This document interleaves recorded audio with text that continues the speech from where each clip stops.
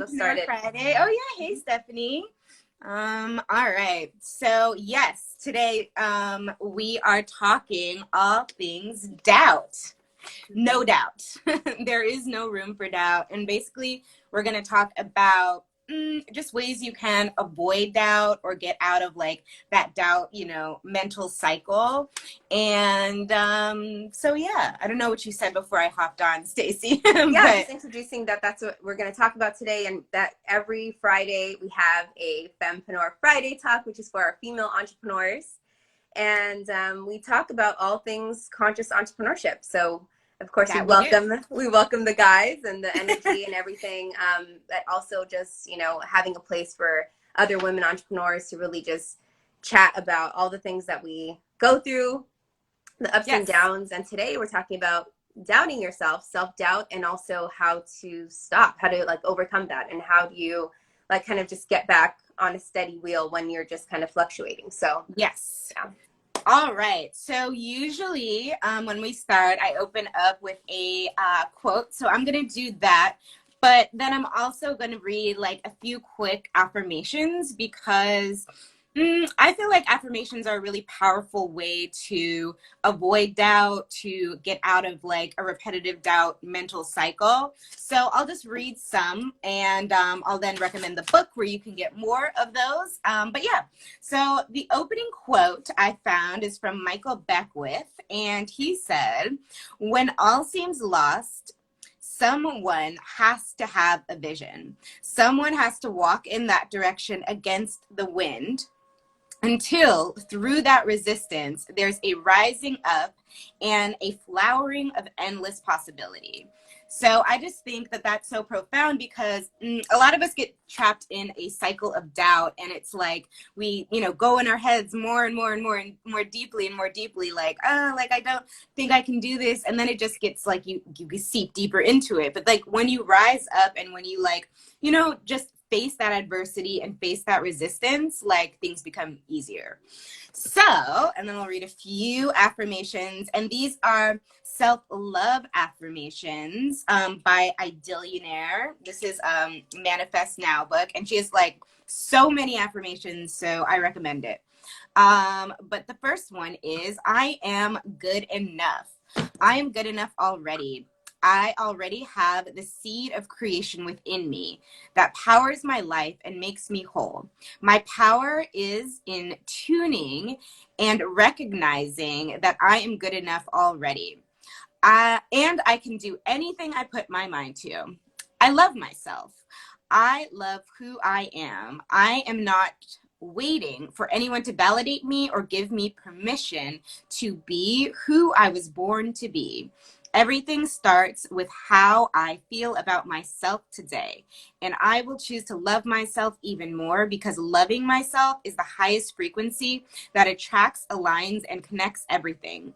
I believe in myself and I love myself. Then we have, I believe in myself.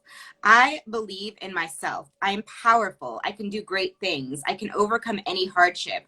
I am unstoppable. I accept myself. I accept who I am. I will not judge myself or compare myself to anyone. I radiate positive energy. I shine from the inside. I glow with self-love. So yeah, those are just a few little snippets of affirmations, but you can obviously pull affirmations from anywhere, but I just find hers so powerful. And then she has like different categories of them, like money affirmations, self-love affirmations, self-worth affirmations. So I recommend this book, Manifest Now by Idil Ahmed. Beautiful. All right. Yeah. And I want to say hello to Mr. Pelton Newell, Amrita, Nelson, Stephanie. Thank you. I love those. Yeah.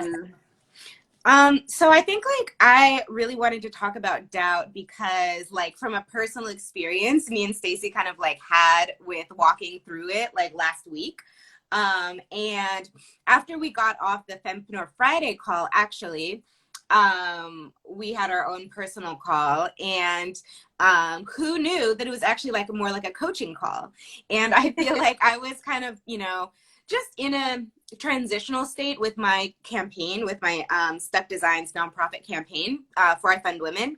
And I was like, I don't really know what to do. I don't really know how to move. And I felt like I was just doubting myself a bit.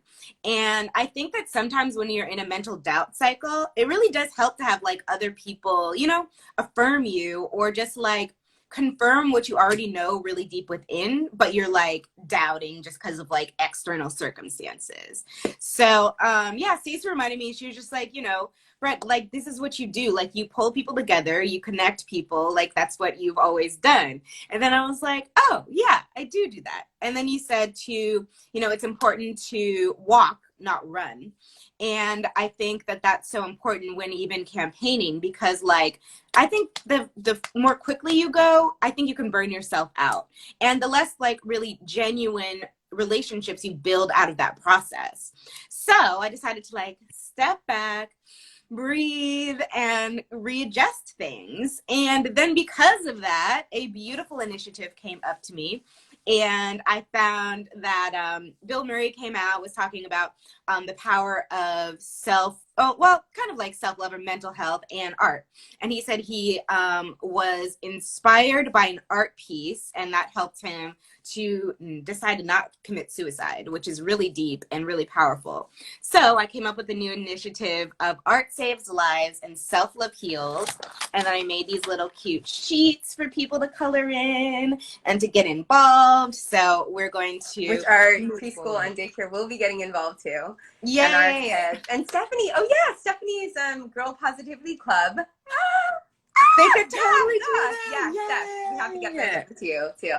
So yeah, I made a web page for, you know, coloring sheets that promote the campaign, and weekly we'll be adding more illustrations to the page for people to color in and to actively get involved in the campaign, whether you can give financially or not, because I think that also you kind of remind me of that, Stacey, like while, you know, campaigning is about like raising money and, you know, building up, it's really also about building relationships, you know, and it's about really like getting people involved, even like money or not, you know, because it's bigger than that. And she reminded me of that. So Stacey's an expert coach, and I was really blown away by my unexpected impromptu, you know, coaching call.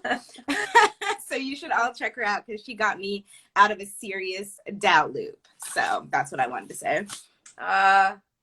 Well, thank you. Like I'm just so excited. Of course, I love that. I so received that. Thank you for highlighting that. But I just like I'm totally lit up by like when you get back and like remember the impact and everything that you're making and what you're doing. Yeah, that totally lights me up. And like a couple of things that I just heard back in your share was like, whoa, you know, when you're in that loop of like all of this doubt, you're kind of closed off to like what either source or just like your own, like the inside, what it's trying to show you and tell you.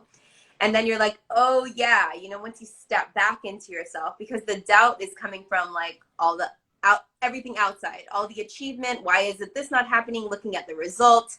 And like last week when we talked about like, if we're looking at what we just planted, right, it could just still look like dirt. It looks like nothing. And if we like keep on looking at the nothing and thinking like, oh my God, when are you going to change? It just gets us stuck. And when we like lean back and like, oh yeah, have faith in that seed. And then we get back to watering and get back to like trusting that the sunshine and the rain and all that stuff is there. Then we could get back to like, oh yeah, duh, this is what I love. Like love to do this. Yeah. Because that brings you to presence, you know? Yeah. When you, because I think that like what, you know, doubt is really about, it's just like you're not being in the present moment because you're like going through this mental loop in your head and you're just really in your mind and in your thoughts. And it's like you're almost attached to your thoughts and you have to break that attachment. And I think that can really be done by like, yeah, like really breathing and just like slowing down, because I think it's just so important to slow down. And often we forget that in life. Like it doesn't always have to be a rush or a race or, you know, like it's just life is bigger than that, and it can be peaceful and it can be beautiful. Like campaigning doesn't have to always be stressful, or you know, just like any process that you're doing, it doesn't always have to be like stressful or like anxiety filled or anything like that. So yeah, that's super true. I love that you were talking about the affirmations. I think it's so important because we talked about even, you know, like kind of like what are you feeding? And, you know, something I love to say is like like the easiest way to kill something off is to not feed it. And there's always like fear or faith in every decision or everything that we're moving through each day. So it's just like, what are you going to be feeding, you know? That's so true. And what's growing, you know, what continues to grow. And like, sometimes we look at the results that we have and we're just like, but there's so much of this. Yeah, I get it. Because you've been feeding that so much and for so long. Like, and like I said, you know, easiest way to kill it off is to like not feed it. So just stop feeding it. And I'm saying it very simply, like it's simple practices, but it's hard. And like Brett said, some of these things we know and we know to our core, but it's just to be reminded of it and to get up and just try again. Like there's literally nothing we can do but to like go back and try again. And some of the things that are shown to us is through the failure and through the messing it up. So I know, you know, the doubt part, we can kind of get stuck or just like stuck in either the perfectionism or like, dang, should I keep going at this? Like, because I keep on falling. And something I like to remember is just like when we learned how to ride a bike, right? Like you have to fall in order to get the balance. Like you can't just like, not fall. Like you have to fall. And like actually that gives you direct access to the balance. Yeah. And without the fall, there is no balance. Yes. Yeah. Yes. And you know what? That's really what I've been, you know, just kind of in the space of, I guess, remembering, because like really all it is, it's like, I feel like really we're just taking the layers off of stuff that we already know, right? Like we already know these things and we're just remembering, you know, our true selves. Right. And you know, I just have been just remembering, like, you know, like when have I ever been, I've never really been afraid to try things or fall, but it's like you get wrapped up in society, you get wrapped up in culture, you get wrapped up in what everyone else is doing. And sometimes you forget like your true nature or the true way you would go about doing things. So that's why you have to pull away and tap into yourself a lot of the time. Yeah, that's so key, Brett, actually. That's so key what you're saying. Because you know what, sometimes it's a shift. Like we know and we do it so easily in other places and we get the things that we want. But when something is so important to us, it changes. Yeah. We're just like, oh, but this, no, you know, like I can't lose this, or I have to do this the right way. It's because like the energy that we're putting around this. Yeah. And you know what? That's a good reminder, because then you're like, oh, wait a minute. Like I'm putting so much energy on this, which I love. And it's like to show you like how much impact or like how much you love this thing. And that's a beautiful thing to see, like that contrast. So you can kind of like, okay, it's because I love this so much, but then it's to watch out of like, what are we putting on that? Right? What are we putting on that result? Right. Because just like the job and the opportunity I was dealing with, like, okay, what am I making this thing mean about me? Yeah. You know? Yes, that's that's like a key point that I realized. I was like, you know, thinking about just like, you just have to make sure that you're not making these things validate who and what you actually are. Yes. Like accomplishments or any external thing, because like you are already whole, you are already enough, you are already worthy, you are already deserving. Yes. But a lot of the time, you know, we forget that which is the truth, you know? Right. So, and you know what? Yeah, I love that you said this, because I just feel it so much, because when we turn around to something that comes completely easy to us and remember that somebody is wishing and dying for that thing that we have, just like how we're wishing and dying for something else, you know? Mm-hmm. Mm-hmm. And remembering like, oh my God, actually that can come easy because you didn't put that much pressure on that thing that you have and it came easy to you. Yes. Yeah. And you know what? Something I also realized was, okay, you know, when you're manifesting and just, you know, how popular culture these days says, you know, like you have to step into that, you know, that manifestation before it's there. Like you have to live it before you're in it. Yeah. And then, you know, but that's so much easier said than done, right? Yeah. So I was thinking though that like, you know, because you have to be in that mentality of like, I am rich already or whatever. Yeah. But I was thinking like, wow, you know, I had the epiphany like, wow, you know what? I already am rich because rich is so much deeper than just money. Yeah. Like, you know, rich is the friends that you have to support you, yes. The family that you have surrounding you, your yes. tribe, you know, like it's like the house you live in. It's yeah. like, you know, all the accomplishments you've gotten in the past, or, you know, just any bit of love that is surrounding you, or any inner peace that you have, that is wealth, you know, and even health is wealth, you yes. know? And so I think like if you veer it in that direction and realize, wow, you know, like I already am rich, because you're like already rich at heart, you know? Yeah. So that I think is a really like good way to step into that frequency and be like, all right, you know what? I already do have the things that I need. So yeah, that's really great, because when we're doubting or when we're thinking about affirmations, or just like, you know, when we're talking about feeding the good thought, it's important that we have some belief around it, because the energy is actually more important than what you're saying. So, you know, just like how Brett mentioned about like, oh, rich, but then like, that didn't really feel like she can step into that right now, because she's thinking probably about finances. But when you can reach for like, okay, what can I feel around me that actually feels resonant, that actually can fill me up, that actually feels real? That's a great start, because that's how we mess up the manifesting, because people are like, oh, well, I'm always talking about that. No, but are you talking about the lack of having it? Or are yeah. you talking about that? Yeah.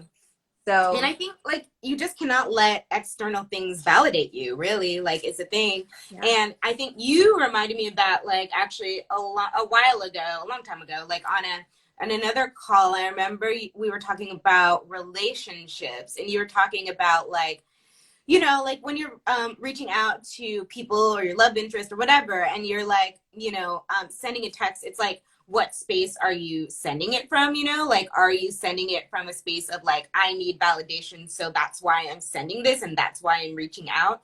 Or are you sending it from a genuine place of peace at heart and like, you know, no, I forgot about that. Yeah, I remember. Yeah.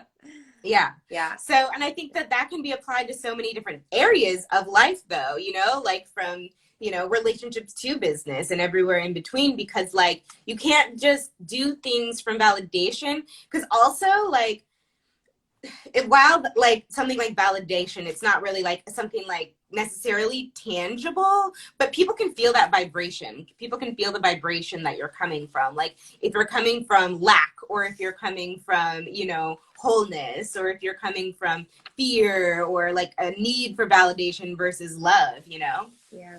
So yeah, that helped me. Okay. So I actually found this cool acronym for doubts. Okay. That someone wrote, and I will share it because it kind of, you know, it made me think.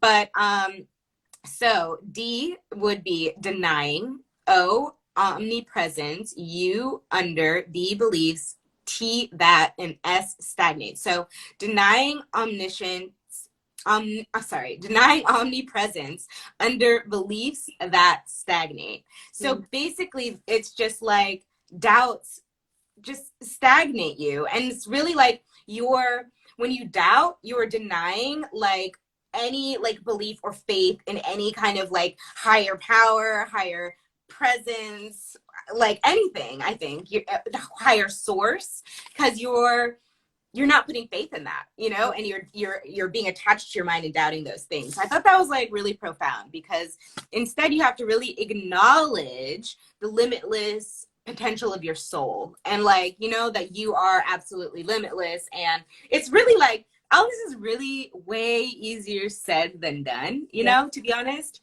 But you know, once you master it, I think that like it makes a world of difference. It changes your life, really.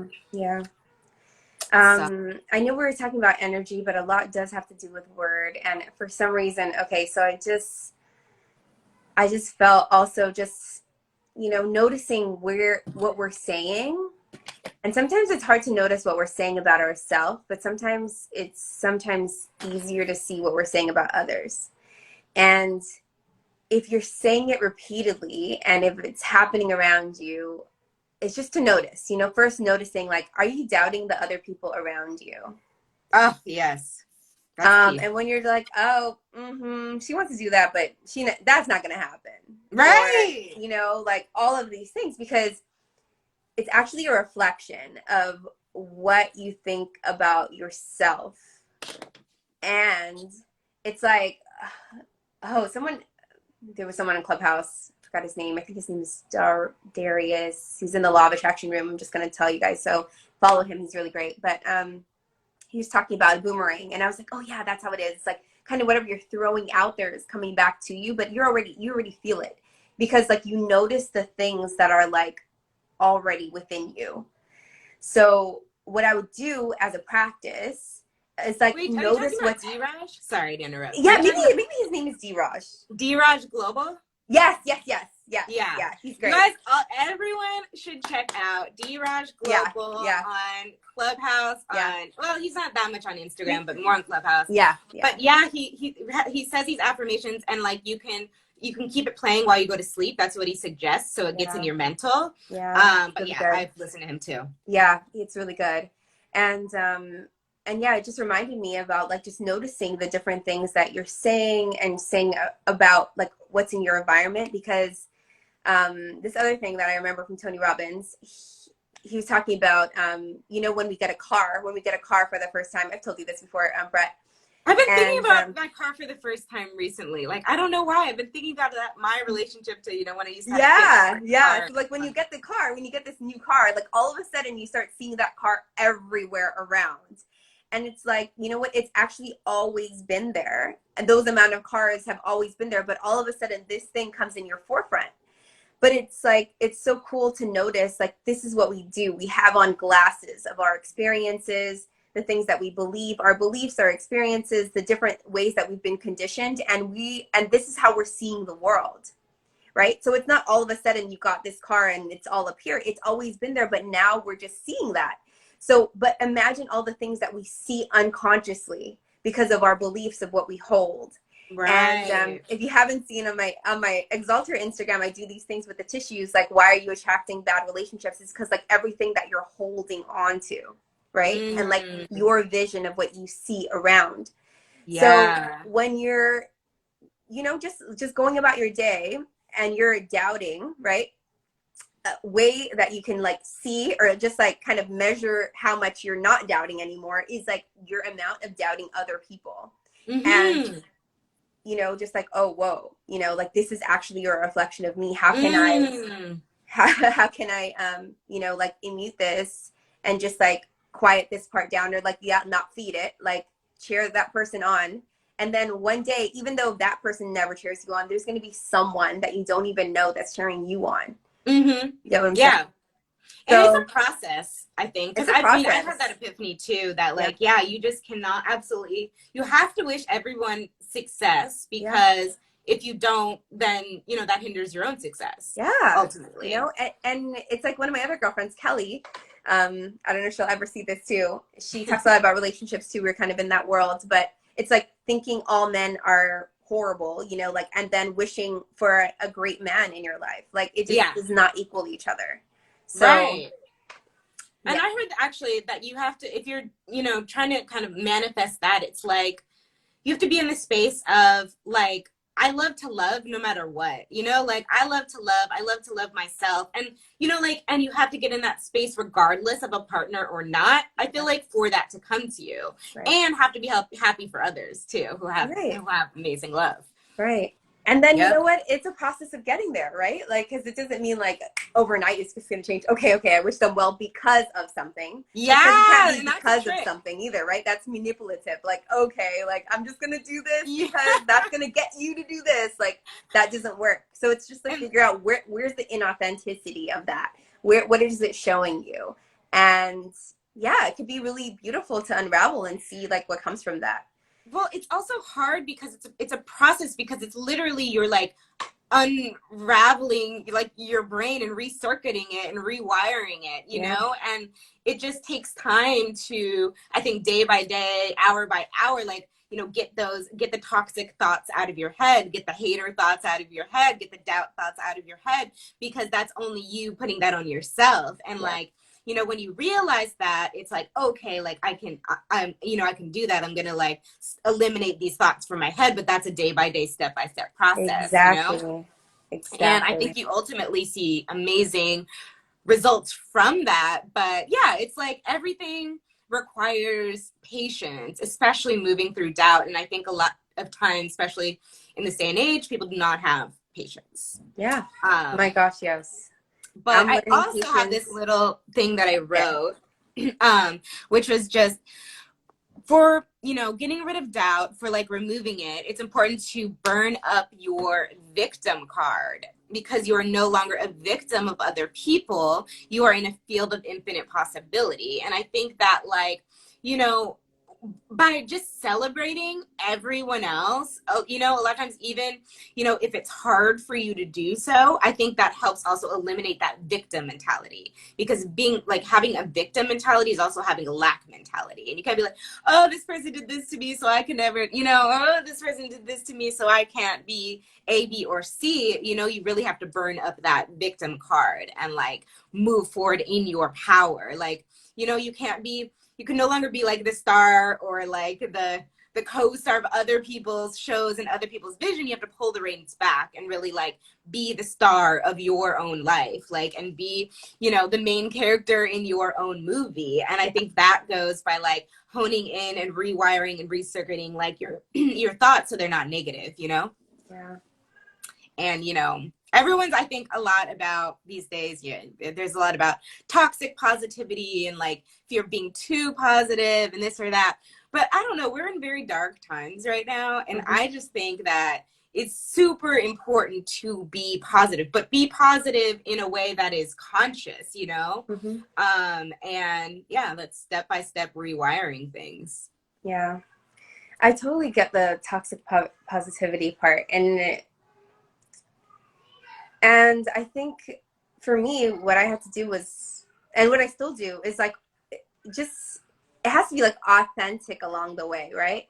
Because I know this is part that, you know, Brett kind of really like helped me like push through when we were in college. I remember one of your things is just like, you know, what's behind a smile. That was one of Oh yeah, your I paintings forgot that about that. was there. Yeah. And then Before stuck. yeah, and I always thought about it and just like, you know what, like I would smile and I was so unhappy and so not okay. And I was so afraid to show my sadness or Me too. yeah, like it was really not helpful. And you put up a wall, right? You put up a wall when that's happening. So I think it's important to move through the actual things that are going on and not to like fake joy or fake happiness just there. Um, but also practice, you know, like Right. practice is what actually helps you do more of that. But yeah, there is a part of moving through your emotions, because you can't just like hop from, you know, really depressed to like okay. But Yeah, but no, there is a it's a process. Yeah. process. And Yeah. I think some days like that practice can be the smile, you know? Yeah. Like even if, you know, like because it can you know, manifest into ultimately a smile that does feel good on the inside, that does feel good all the way through you. But even that's a practice. Like, you Right. know, I'm not saying to fake it, but you know, practice is practice. Yeah. So, you Yeah. know, I think that's important too. Yeah. There's for sure Um, that balance. One kind of final note I also made was that often chaos precedes a breakthrough. So I think that That's a good like, one. Yeah. yeah, and that like, you know, when there's a breakthrough, often there's like, you know, a breakdown. And it's just like it's just the process of things. And it's really hard, I feel like, when like to move through that and to not doubt yourself when those things happen. Cause like it's just change. Like when you're changing and you evolve to a next level, like your old self has to crumble, the past has to crumble, things have to fall away. Yeah. And that often feels like chaos and it feels like Yeah. breakdown. Sometimes And it it's feels really like hard. death. Like you know, like, oh my God, like this is not, yeah, like your old person is like falling away because this is not going to be the person at the next level. Like, I remember Jim Rohn, he used to say, like, oh, I mean, eventually you have to leave first grade, you know, Yeah. like you have to go to the next You gotta grade. go. You gotta It's kick, like, be kicked out but the I don't room. want to, you know? I remember when they were Yeah. teaching us handwriting. Okay, this is just so random. It's like a random story. But I remember when like I knew in like fourth grade, like the fourth grade teacher that I was gonna get, like she's really strict, and I was so nervous because whenever I would go into her classroom, and because I used to have like this after school program, so sometimes we would go into their classrooms. But when I go into her classroom, I could not read anything on the like. I can't read anything because everything was handwriting. You had to write handwriting in that class, right? Like cursive? Cursive, Or like, yeah, oh cursive. yeah, It's okay. called handwriting. But yeah, cursive, right? So when I go That's into that so class, I funny. couldn't read anything. I was like, dang, I'll never know like what's this, like what is this, you know? Like I'll never know. I Yeah. can never read this. And I was so scared to be her student. And then yeah, it's crazy. Like, you know, I was her student, of course, and then we had to learn cursive, and we just learned it letter by letter. And then like, isn't it crazy? Like then one day you can just read it, and like it's like so easy to read. But then Yeah. yeah, I Progress. just think of that like, oh my God, it was chaos. It looks like no, there's no way I can do this. There's no way. And wow. That's actually so funny because me and my intern Alona were talking about cursive yesterday, and we're convinced that kids just don't learn cursive They anymore. Like don't. nobody They knows how to don't. read It's it. not in school anymore. It's Do you know that's what else is not in wild. school? Like How to read a that's clock. wild.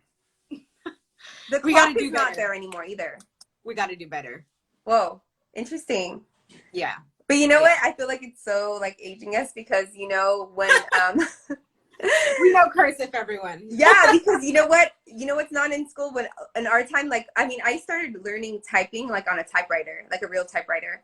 And also remember like I mean, I'm sure back in the older days, they had like the pen to the ink, and like that's how they would write, Yeah. right? And then like Yeah. people would be like, "Oh, you guys don't even do it like us anymore." Yeah. Actually, you don't even need it. Is what probably what the gen whatever will say. Yeah. You know, like Oh my God, let really, me show guys, you you don't this. even need I'll it. be right back. I'm Yeah. going to show this sign that I made yesterday with my intern Alona, and she created this sign because she was like, so we were talking about cursive, and she was like, you know what, I'm just gonna make it cursive. It says art saves lives, self-love heals. I know it's backwards on this, but yeah, she decided to go with cursive because she was like, they're gonna learn cursive today, you know. Cute.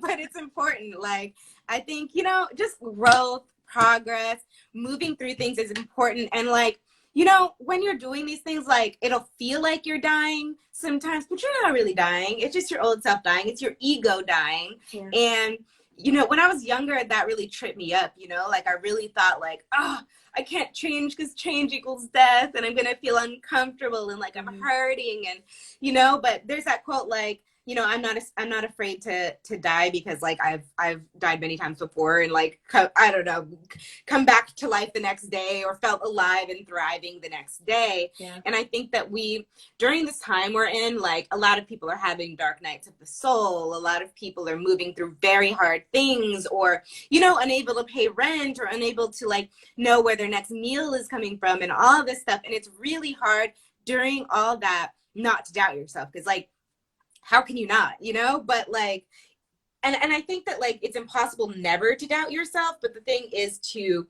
just move through it when you are doubting yourself. Yeah. And Just getting back realigned. yeah, finding like something that makes you happy and that's fun to do, like, you know, even when you're doubting yourself. I think me and Alona had so much fun, you know, like creating and coloring yesterday, and you know, it really brought out our inner child. And you know, I think that you have to do fun things, like you have to like color in things, and you know, it's like just be creative and remember and to tap into your inner child when you are feeling that fear, that doubt, that anxiety, because then you realize, wait, oh, that's really an illusion, and like I'm breathing, right. I am here, and I am, hopefully you're all healthy, I'm healthy, and like, you know, and as they call, you know. I know. Yeah. But yeah, that's, I think that's all I really have, you know, for my gist. I think the same thing to end it off, or just like kind of the last thing I wanted to share was that if we are like, I guess thinking about, I don't know, grades, I've been thinking about grades, like we're in first grade and we're looking at, you know, like what's impossible or what we think is not possible, or we're looking at ourselves against what we want to be, right? Sometimes we're so looking at ourselves against what we want to be and forgetting that there's so many different, like there's a journey to get there. If we keep on looking at that person, we're always going to see ourselves in lack, like always thinking about like where we're going and not honoring where we are, because just like, you know, 5-10 years ago, this is wherever you are now, like there's parts of your life right now is like where you dreamed of having, and you never honored that, you know, you just always still looking ahead of where you're not. So, you know, just, you know, all what we're talking about is like coming back to the present is really coming back to you. Yeah, coming back to you, coming back to self and source, you know, that dance. Yeah, self and source. I love that. Yeah. So yeah. Yeah, and I think that's good for today. Yeah, and like for me, I think that, you know, art really brings me back to myself. It brings me back to source. It's like sitting, you have to sit and like be with yourself and just like create from inside. And that's why I love it. And I think that's why it does save lives. And that's why it is so healing. But yeah, check out my nonprofits campaign over at Step Designs, and also check out Stacy's coaching, because, you know, she's changed my life many days, and I think that she can change yours too. So check both of our companies out. And yeah, we love you. Have a great weekend, a great day. Yeah. All right. Have a great Friday. We'll see you next Friday, 9:30. For another conscious entrepreneurship talk. And thank you for your energy. Thank you for bringing it today. So, yes. Okay. Bye. Thank you guys. Bye.